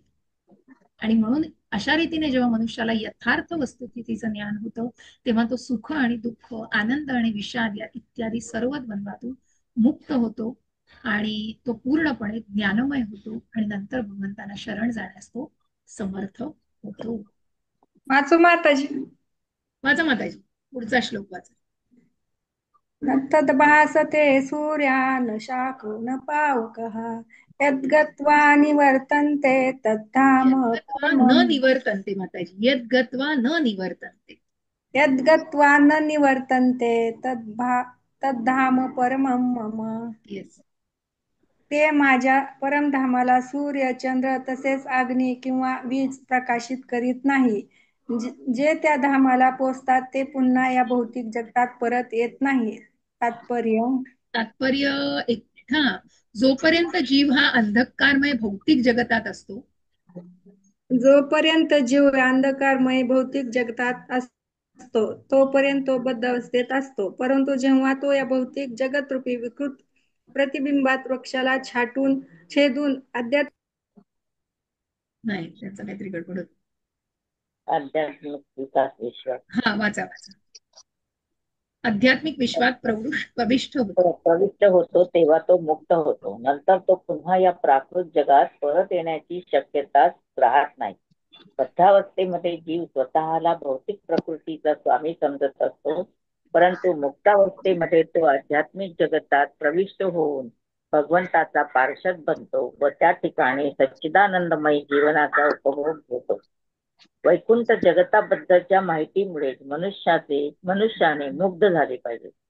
त्याने या सत्यतेचा विकृत आणि मिथ्या प्रतिबिंबातून सुटका करवून ते शाश्वत जगत प्राप्त करण्याची दृढ इच्छा केली पाहिजे. ज्याची या भौतिक जगतावर अत्याधिक आसक्ती आहे त्याला ही आसक्ती तोडणे अत्यंत कठीण आहे. परंतु जर त्याने कृष्ण भावनेचा स्वीकार केला तर तो हळूहळू निरासक्त होण्याचा संभव असतो. यासाठी कृष्ण भावना भावित भक्तांची सत्संग करणे आवश्यक आहे. त्याने कृष्ण भावनेला समर्पित झालेल्या संघाचा शोध करावा आणि भक्तिपूर्ण सेवा कशी करावी याचे शिक्षण घ्यावे. या प्रकारे मनुष्य भौतिक जगाविषयीची आसक्ती भेदणे शक्य आहे. केवळ भगवी वस्त्रे परिधान करून प्राकृत जगताच्या आकर्षणातून कोणी मुक्त होऊ शकत नाही. त्याने भगवत भक्तीमध्ये आसक्त झाले पाहिजे. म्हणून 12व्या अध्यायात वर्णिल्याप्रमाणे भक्ती योग हाच वास्तविक वृक्षाचा असत प्रतिबिंबापासून मुक्त होण्याचा एकमेव मार्ग आहे. या गोष्टीचा मनुष्याने गांभीर्याने विचार केला पाहिजे. 14व्या अध्यायात सांगण्यात आले आहे की भक्ती योग हीच केवळ एकमेव शुद्ध आणि दिव्य विधी आहे आणि इतर सर्व प्रकारच्या विधी भौतिक प्रकृतीद्वारे प्रदूषित झाल्या आहेत. या श्लोकातील परम मम हा शब्द अत्यंत महत्वपूर्ण आहे. वस्तुतः जगातील प्रत्येक कानाकोपरा सुद्धा भगवंताच्याच मालकीचा आहे. परंतु आध्यात्मिक जगत हे परमम अर्थात षडैश्वर पूर्ण आहे. कठोपनिषदातही 2.2.15 सांगण्यात आले आहे की वैकुंठ लोकात सूर्यप्रकाश, चंद्रप्रकाश किंवा नक्षत्रांची मुळी आवश्यकताच नाही. न तत्र सूर्यो भाती न चंद्र तारकम. कारण संपूर्ण वैकुंठ जगत हे भगवंताच्या अंतरंगा शक्तीद्वारे प्रकाशित झाले आहे. त्या परमधामाची प्राप्ती केवळ भगवंतांना शरण जाण्यानेच होऊ शकते, इतर कोणत्याही मार्गाने नाही. हरे कृष्ण. हरे कृष्ण हरे कृष्ण. आणि म्हणून न तद्भासयते सूर्यो न शशांको न पावकः, की तिथे सूर्य चंद्र तारे नक्षत्र या कशाचीही आवश्यकता नसते, जिथे भगवंतांपासूनच सगळा प्रकाश आहे. आपण जर 11वा अध्याय आठवलात तर तुम्हाला आठवेल की जे ब्रह्म म्हणजे भगवंतांचं म्हणून विश्वरूप दर्शन हे कुठलं, तर भगवंतांच्या ब्रह्मरूपाशी निगडीत आहे. का? कारण इतकं प्रखर आहे ते. कारण 1000 सूर्य आकाशामध्ये उगवले तर जितकी प्रखरता दिसेल तितकी प्रखरता म्हणजे भगवंतांचं ते विश्वरूप होतं. म्हणजे बघा की इतकी प्रखरता आणि इतकं तेज आहे भगवंतांचं. म्हणून त्या वैकुंठ लोकात ना किंवा गोलोकामध्ये सुद्धा ना सूर्याची ना चंद्राची कशाचीही आवश्यकता नाही. जो काही प्रकाश आहे तो भगवंतांपासून असलेला प्रकाश आहे. आणि म्हणूनच तिथे सगळ्याची वैविध्यता आहे. तिथे कुठल्याही प्रकारची अशाश्वतता नाही. जे आहे ते सगळं ओरिजिनल आहे आणि सगळं अतिशय शाश्वत आहे आणि कायम टिकणाऱ्या अशा या आनंदमय सच्चित आनंदमय असं ते संपूर्ण वैकुंठ जगत आहे आणि गोलोकधाम आहे. तर आपण हा एक श्लोक घेऊन थांबूया, कारण आज एक मीटिंग लावलीये नामनिष्ठ प्रभूजींनी. तर मंदिराची मीटिंग मला अटेंड करायला लागेल एक 5 मिनिटांनी. तर त्यामुळे हा एक श्लोक घेऊया. खरं अध्याय छोटा आहे पण मला कुठली घाई न करता जायचंय, त्यामुळे आपण आरामात जाऊ. मी पुढच्या वेळेला अध्याय पूर्ण करेन. तर कारण जे तुम्हाला तुमच्या मनातल्या शंका दूर न होणं जास्त महत्वाचं आहे. आणि पहिल्याच श्लोकामध्ये जेव्हा तुम्हाला खुलासा करून सांगून, म्हणूनच मला ते तात्पर्य तितकं महत्वाचं होतं. आणि तुम्हाला मुख्य तो बेस कळला पाहिजे की काय आहे हा अध्याय. आणि ते कळल्यानंतर पुढचं खूप असं त्याच्यामध्ये नाहीये. पण निश्चितच हा पूर्ण अध्यायच अतिशय सुंदर आहे आणि अतिशय सुंदर वर्णन केलेलं आहे.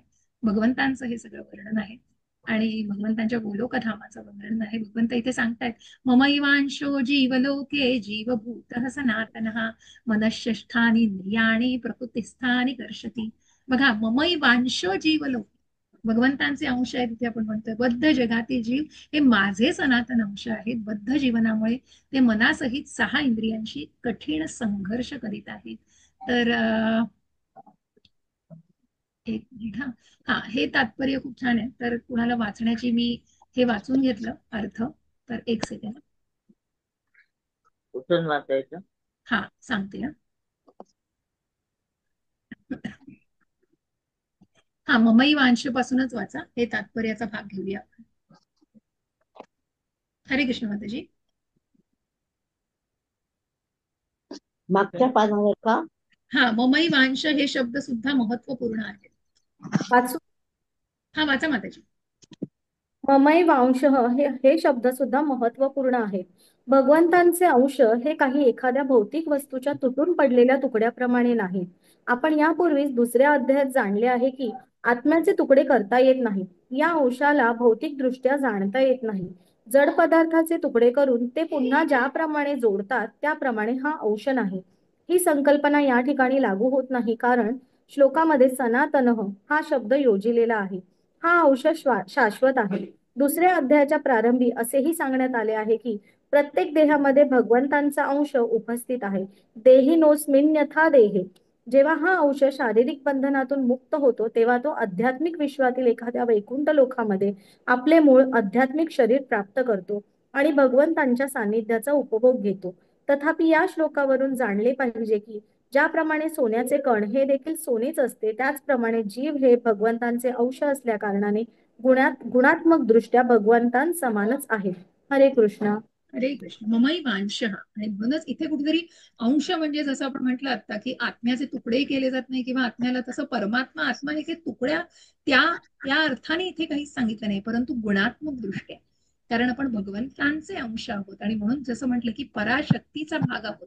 का? कारण आपण गुणात्मक दृष्ट्या, इथे पुन्हा उल्लेख केलेला आधी तसं समुद्र आणि एखाद्या थेंबाचं उदाहरण, की समुद्र हा सुद्धा खारट आहे, तो एक थेंब सुद्धा खारट त्या समुद्राचाच तो एक थेंब आहे. त्याचप्रमाणे परमात्म्याचा आपण अंश आहोत. आत्मा हा परमात्म्याचा अंश आहे आणि म्हणूनच हा आत्मा आणि परमात्मा हे एकच आहे तो. पण इथे कुठेतरी अद्वैत वादी हे म्हणतात ते वेगळं आणि द्वैतवादी म्हणतात ते वेगळं. आणि म्हणून आपण ही भगवंतांचे अंश आहोत हे आपण इथे या द्वैतवादीला जास्त, की जिथे भगवंत चैतन्य महाप्रभूंनी सांगितले अचिंत्य भेद अभेद.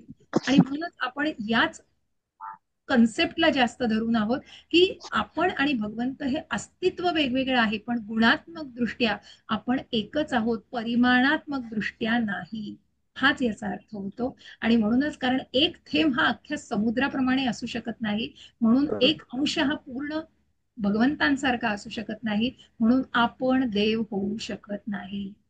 आपण देवामध्ये पूर्णपणे एकरूप होऊ शकत नाही. ही कुठेतरी जी संज्ञा आहे इथे आपल्याला जाणून घ्यायचं आहे. पण निश्चितच आपलं अस्तित्व हे वेगळं आहे आणि आपण भगवंतांसारखेच आहोत. त्याचं विस्मरण होत आहे हो आपल्याला, भौतिकतेमध्ये गुरफटल्यामुळे आपल्याला त्याचं विस्मरण होतं. आणि म्हणून प्रत्येक देहामध्ये, जसं आपण बघितलं की प्रत्येक हृदयामध्ये भगवंत हे परमात्मा स्वरूपात, क्षीरोदकशाही विष्णू हे त्या परमात्मा स्वरूपामध्ये तिथे अस्तित्वात आहेत. आणि म्हणून हा भगवंतांनी जेव्हा सांगितलं विभूतींचं हे, की सगळ्या विभूती या एका अंशातून मी अख्खं विश्व व्यापलेलं आहे. आणि म्हणून हा अंश शारीरिक बंधनातून मुक्त होतो, तेव्हा तो आध्यात्मिक विश्वातील एखाद्या वैकुंठ लोकामध्ये आपलं मूळ आध्यात्मिक शरीर प्राप्त करतो. म्हणजे जसं आपण ऐकतो ना, की ज्याप्रमाणे आध्यात्मिकता म्हणजे भगवंतांचे पार्षद आणि भगवंतांचं जे आध्यात्मिक म्हणजे आध्यात्मिक जगातील ज्या काही आपण आता, हा, अर्जुन जसं विशाखा म्हणजे जे भगवंतांच्या ज्या गोपिका गोप सखी आणि या सगळ्या सखींचं, आता सनातन गोस्वामी हे जे गोस्वामी आहेत हे सुद्धा सगळ्यांचं प्रत्येकाचं आध्यात्मिक जगतातील रूप आहे. आणि त्याप्रमाणे त्यांना ते प्राप्त होतं, कारण ते त्या त्या शुद्ध स्वरूपामध्ये आहेत. तितकी ती त्यांची लेवल आणि तितक्या त्या सखोल अशा अध्ययनामध्ये आणि साधनेमध्ये ते आहेत. आणि त्याप्रमाणे ते भगवंतांचे शुद्ध भक्त आहेत. कारण ज्याप्रमाणे सोन्याचं कण हे देखील सोनच असतं, त्याप्रमाणे जीव हे भगवंतांचे अंश असल्या कारणाने गुणात्मक दृष्ट्या हे भगवंतांसमानच आहे. खूप छान पुढचे संज्ञा आणि संकल्पना आहेत, तर या जाणून घ्यायला खूप छान आहेत. तुम्हाला प्रयत्नपूर्वक मी निश्चित काही उदाहरणांसह सांगण्याचा प्रयत्न करते. तर मला असं वाटतं आतापर्यंत क्लिअर आहेत का, सगळ्या गोष्टी समजल्या आहे का, का काही आहे मनामध्ये प्रश्न, ते आपण घेऊया 2 मिनिटं नाही आहे. किंवा काय क्लिअर आहे, क्लिअर आहे. हे सगळं योजना माताजी, मीनल माताजी, पुष्पलता माताजी, विमल माताजी, हो क्लिअर आहे. माताजी. क्लिअर आहे, क्लिअर आहे माताजी. अरे हरी गुड हरी गुड. तर खूप छान पुढेही संज्ञा आहेत काही काही आणि ज्या संकल्पना दिल्या तर त्या आपण निश्चित सगळ्याची चर्चा करूया. पुढच्या याच्यामध्ये आपण हा अध्याय पूर्ण करू. तर इथे आपण थांबू, कारण मंदिराचीच मीटिंग एक आता ठेवली आहे, प्रभूजींनी सकाळी झालं होतं, त्याच्यामुळे आपण पुढच्या वेळेला भेटूया. शुक्रवारी नक्की पुन्हा वर्त असेल. वनिता माताजींना आज लेट झाला का माताजी? हरे कृष्ण माताजी. हो, आज लेट झालं माताजी. बरं बरं, हरकत नाही. रेकॉर्डिंग ऐका माताजी आणि पुढच्या वेळेला 15 हो वार. हो हो. ठीक आहे, हरकत नाही.